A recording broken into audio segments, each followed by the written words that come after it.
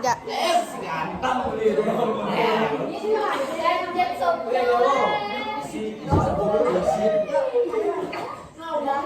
Selamat pagi, bilang siang semuanya. Pagi. Pagi bilang siang.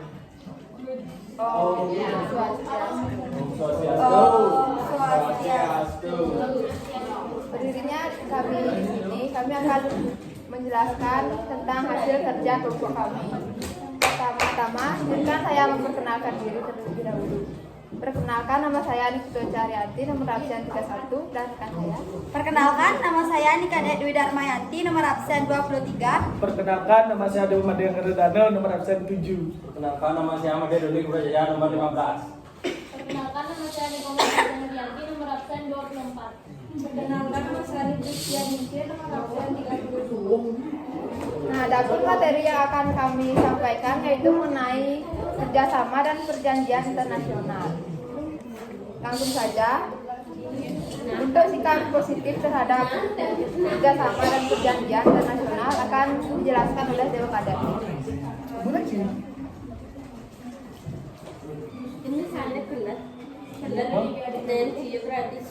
Sikap positif terhadap kerjasama dan perjanjian internasional. 1. Adanya kemampuan dan kesiapan diri untuk memperkenalkan kebudayaan nasional, pertukaran pemuda, pelajar, dan mahasiswa serta kegiatan olahraga. 2. Mengikuti perkembangan dunia dengan cermat sehingga dapat mengambil langkah-langkah nyata secara dini jika terjadi masalah yang dapat mengganggu stabilitas nasional.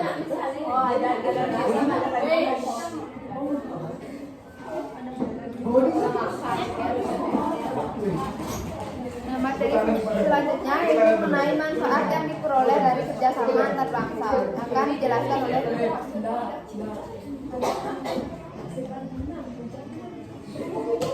Manfaat yang diperoleh dari kerjasama antar bangsa. Manfaat yang diperoleh dari kerjasama antar bangsa antara lain: 1. Dalam bidang ideologi akan saling menghormati meskipun terjadi perbedaan landasan falsafah negara. 2. Dalam bidang politik sama-sama berorientasi pada kepentingan nasional. 3. Di bidang ekonomi adanya kerjasama yang saling menguntungkan untuk meningkatkan kesejahteraan. 4. Dalam bidang sosial saling melengkapi namun tetap berpedoman pada kepribadian bangsa masing-masing.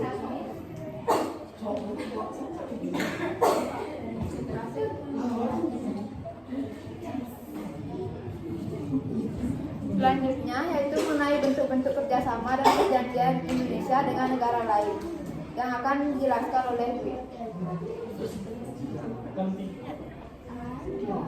Bentuk-bentuk kerjasama perjanjian Indonesia dengan negara lain. A. Bentuk kerjasama Indonesia dengan negara lain. 1. Kerjasama bilateral adalah kerjasama di antara dua negara. Kerjasama semacam itu terjadi karena perjanjian bilateral. 2. Kerjasama regional adalah kerjasama antara beberapa negara dalam suatu kawasan. Kerjasama ini terjadi karena perjanjian multilateral atau perjanjian antara banyak negara. 3. Kerjasama internasional adalah kerjasama antara negara-negara di seluruh dunia. Bentuk-bentuk kerjasama dapat dibedakan menjadi beberapa bidang, yaitu kerjasama bidang ekonomi, kerjasama bidang sosial, kerjasama bidang kebudayaan, dan yang terakhir kerjasama bidang pertahanan.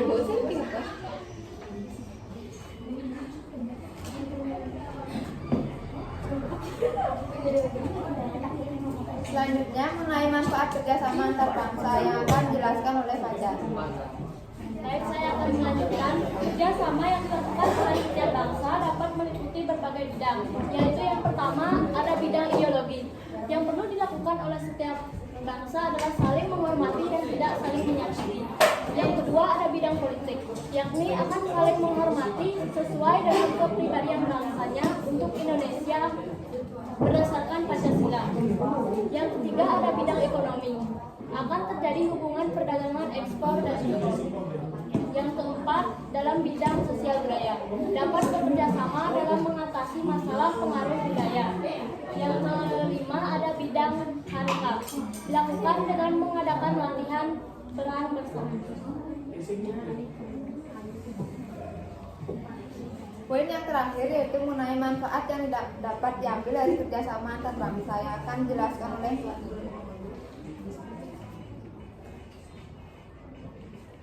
Manfaat yang dapat diambil dari kerjasama antara bangsa sebagai berikut.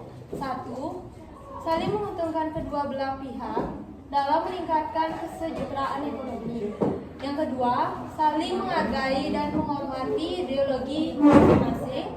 Ketiga, meningkatkan penerapan IPTE serta menanggulangi hal-hal yang dapat merusak budaya. 4. Meningkatkan kemampuan pertahanan dan kemampuan. 5. Menciptakan suasana pergaulan yang selaras, serasi dan seimbang. 6.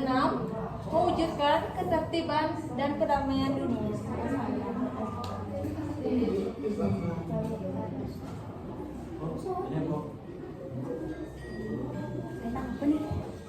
Baik, itu saja yang dapat kami sampaikan mengenai materi kerjasama dan perjanjian internasional.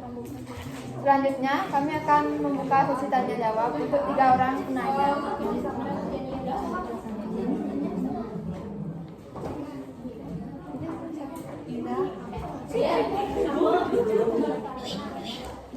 Kerjasama yang dilakukan oleh setiap bangsa di bidang ideologi, misalnya apa? Yang apa? Bidang ideologi.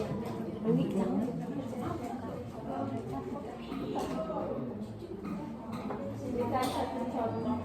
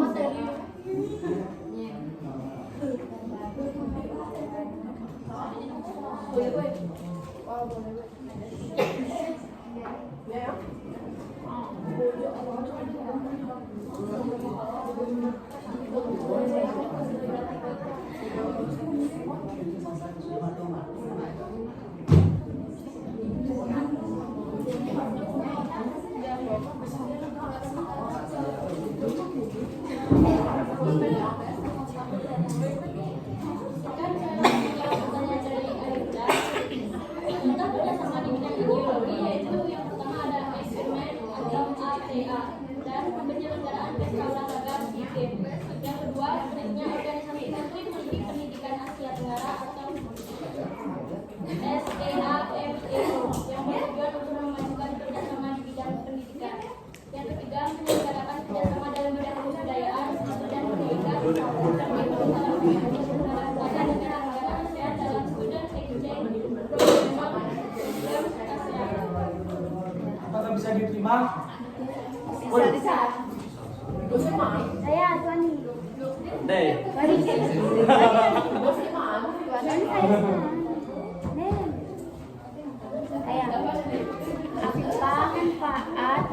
Apa manfaat kerjasama dan perjanjian internasional bagi Indonesia?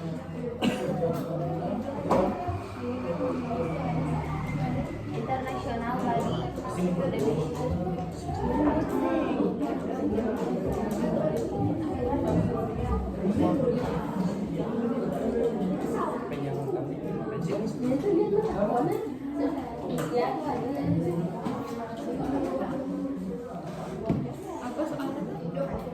Baik, saya akan menjawab pertanyaan dari kita. Ya.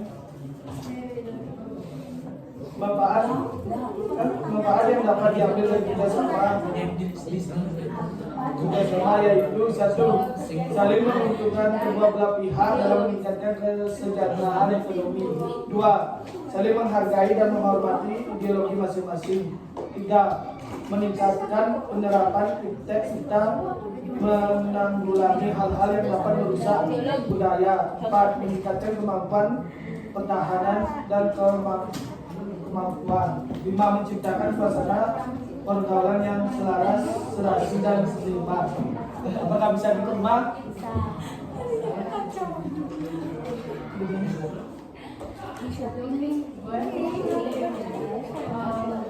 Kerjasama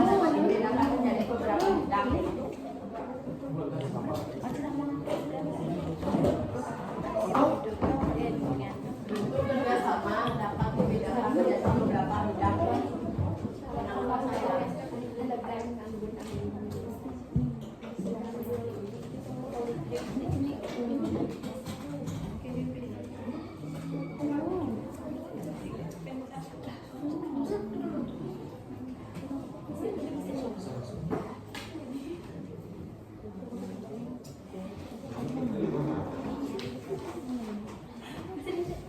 Baik, sehingga saya menjawab pertanyaan dari Mitra.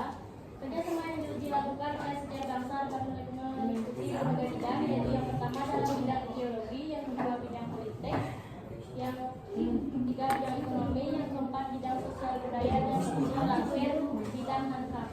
Apakah bisa diterima? Ya. Sekian presentasi dari kami akhiri dengan promo 1. Oh, santi, oh.